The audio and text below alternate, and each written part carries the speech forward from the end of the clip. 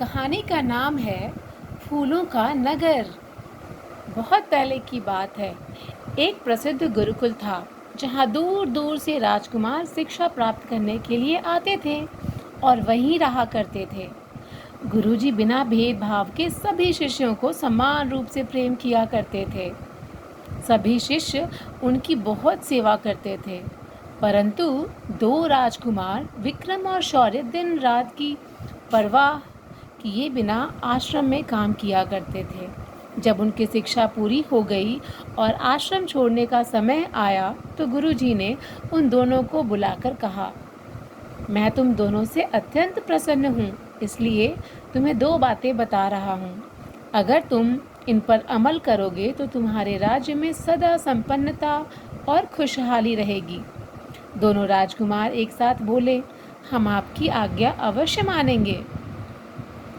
गुरुजी ने मुस्कुराकर कहा, तुम दोनों जहाँ तक हो सके युद्ध ना करना, अहिंसा का मार्ग अपनाना तथा सदा प्रकृति की रक्षा करना।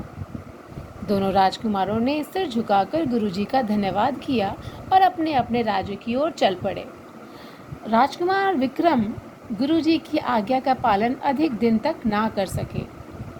राजा बनते ही उन्होंने शिकार पर जाना शुरू कर दिया। हरे भरे वृक्षों को कटवाकर कई नगर बसवाए। धीरे धीरे उनके राज्य में गिने चुने पेड़ ही बाकी रह गए, जिसकी वजह से पर्यावरण असंतुलित हो गया। बारिश ना के बराबर होने लगी और आए दिन सूखा पड़ने लगा। दूसरी ओर राजकुमार शौर्य को अपना वचन याद था। उन्होंने राजा बनते ही शिकार पर पूर्णतः प्रतिबंध लगा दिया और जगह जगह पेड़ लगवाने शुरू कर दिए। वे जब भी कोई खाली जमीन देखते वहाँ फूलों के बीज बिखरवा देते। कुछ ही दिनों बाद वहाँ रंग बिरंगे सुंदर फूल लग जाते। प्रजा भी अपने राजा को पूरा सहयोग करती। कोई भी फूलों को नहीं तोड़ता था। फूलों पर रंग बिरंगी तितलियां मंडराया करतीं और लोग ठगे से इस मनोरम दृश्य को देखने लगते। एक दिन राजा शौर्य अपने दरबार में बैठे हुए मंत्रियों से महत्वपूर्ण मामले पर बातचीत कर रहे थे कि तभी एक दूत दौड़ता हुआ वहां आया और बोला, महाराज, राजा विक्रम ने हमारे राज्य पर आक्रमण करने की योजना बनाई है। वे अपनी विशाल सेना सहित आक्रमण करने वाले हैं। यह सुनकर राजा चिंता में पड़ गए कि युद्ध होने से तो हजारों सैनिक मारे जाएंगे और मासूम प्रजा का क्या होगा।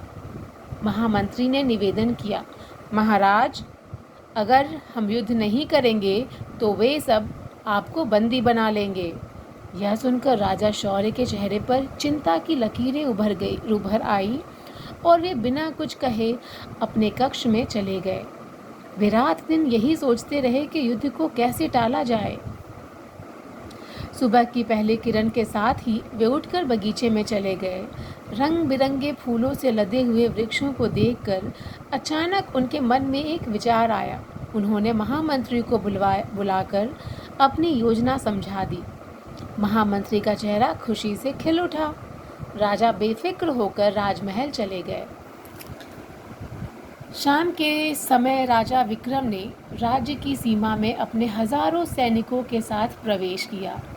नगर की खूबसूरती देखकर वे अचंभित रह गए। चारों तरफ हरे भरे पेड़ हवा के साथ साथ झूम रहे थे। बेला, गुलाब, मोगरा और चमेली के फूल खिल रहे थे। चारों ओर भीनी भीनी सुगंध फैली थी। मालती के गुच्छे लता के सहारे दीवारों पर चढ़ी हुई फूल की बहुत ही सुंदर लग रहे थे। उन्हें कुछ पलों के लिए ऐसा लगा मानो वे फूलों के जादुई संसार में आ गए हों। तभी उनके सेनापति ने कहा, महाराज, अब हमें आक्रमण करना चाहिए। हाँ हाँ, क्यों नहीं, कहते हुए विक्रम सेना सहित आगे की ओर बढ़े। जैसे ही सेना आगे बढ़ी, लाखों मधुमक्खियों ने उन पर धावा बोल दिया। सैनिकों की तलवारें भी किसी काम की नहीं रही। मधुमक्खियों ने पूरी सेना को काट काट कर लहूलुहान कर दिया। वे जान बचाने के लिए वापस भागे। इसी बीच मधुमक्खियों ने विक्रम को काट लिया। मधुमक्खियों ने डंक से उनका शरीर सूजकर गुब्बारे की तरफ फूल गया। संतुलन बिगड़ने के कारण वे घोड़े से नीचे गिर पड़े। उनका सिर किसी नुकीली वस्तु से टकराया और वे बेहोश हो गए। होश आने पर स्वयं को राजमहल में पाया। राजा शौर्य उनके माथे पर प्यार से हाथ फेर रहे थे। विक्रम की आंखों से आंसू बह निकले। वे रूठे कंठ से बोले, मैं तुम्हें जान से मारने आया था और तुमने मेरी रक्षा की। शौर्य उनके आंसू पोंछते हुए बोले, मैंने हमेशा गुरुजी की शिक्षा पर अमल किया है। अहिंसा ही मेरा धर्म है। यह सुनकर विक्रम शर्मिंदा होते हुए बोले, पर जब तुम्हें पता था कि मैं तुम पर आक्रमण करने वाला हूँ, तो तुम अपनी सेना लेकर मुझसे युद्ध करने क्यों नहीं आए? इस पर शौर्य मुस्कुराते हुए बोले, मेरी मधुमक्खियों की सेना गई तो थी तुमसे लड़ने, और देखो उन्होंने मेरे बरसों पुराने मित्र को एक बार फिर मुझसे मिला दिया।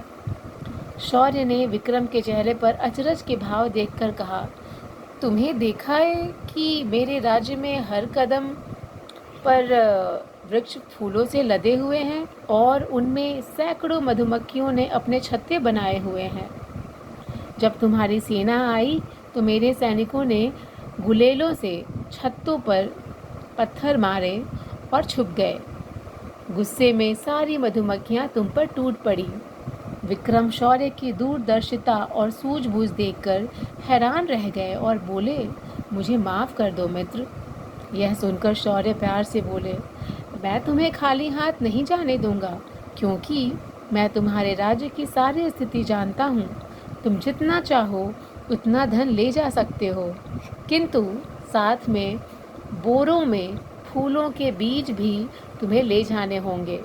तुम मिट्टी में इन्हें दबवा देना, ताकि जब मैं तुम्हारे यहाँ आऊँ तो तुम्हारे राज्य को खूब हरा भरा पाऊँ। विक्रम अपने मित्र शौर्य के प्यार को देखकर खुशी के मारे रो पड़े और बोले, मैं भी अपने राज्य को तुम्हारे जैसा ही फूलों का नगर बनाऊंगा। दोनों फिर खिलखिलाकर जोर से हंस पड़े। उन्हें देखकर सभी हंस पड़े। बाहर फूल हंस पड़े, पक्षी हंस दिए और भीनी भीनी महक चारों ओर फैल गई। Thank you so much.